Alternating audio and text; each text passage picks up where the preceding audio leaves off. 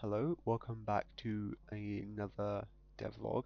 It's week 14, I think. This is probably one of two because it's currently broken, but I just thought I'd do a little update. I decided to look at obviously everything I have to do, look at my priorities, and I've decided that I need to get the chat app finished first, just because it's probably the biggest, most challenging thing. I would say it's the most complicated as well. So that's kind of what I've started doing first. The main thing to know is that it's actually no longer a prefab.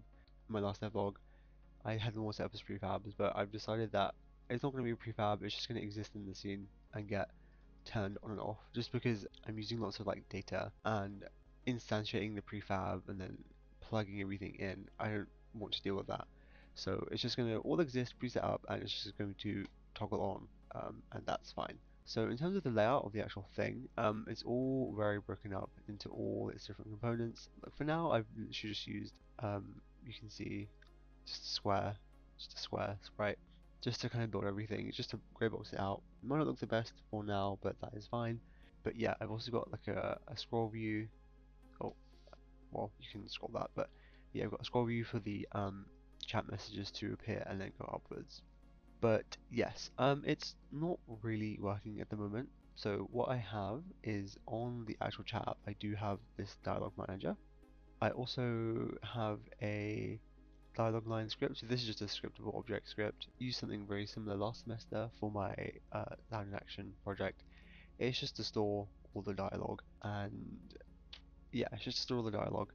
I've got a bool has response to determine whether or not these boxes here will actually be filled. But yeah, I can show you how it works.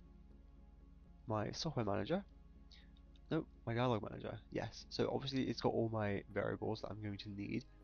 Basically all of the pieces of information that are going to change.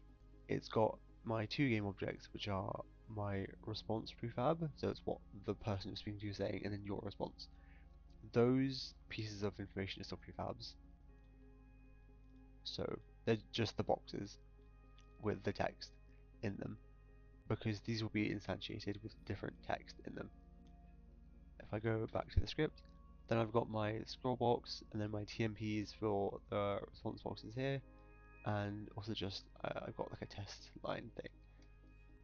So yeah, this debug mode is just gonna make it happen automatically. Essentially, what the goal is with this is I need to instantiate the response prefab, the correct one, fill it using the data types, and then check if a response is actually needed. So check if a response is going to be appearing in those boxes, and then if yes, just fill the boxes correctly. It looks a bit weird, like this is very long, because I'm essentially having to go to your response.tmp, get the game object, and then I need to go to the parent. So I need to go to the thing above it, and then get the game object for that, because I need to set this to be active or not active based on whether a response is needed. That's when it gets active. So I'm using the TMP and then going upwards to kind of find it, and then this is also going to set the text to whatever is in the data type, and then obviously else it just turns off. I'm using a for each because I've got a list of all the conversation things. This is basically just to set up the transform and move it all up appropriately. So it will move it up by -5, like the actual text prefab. That's how it should work in theory. Is it working currently? No. The error I'm getting is, yeah, trying to invoke method dialog manager, dialog manager.newline couldn't be called. That's what I'm currently dealing with. But yeah, I will get that figured out hopefully.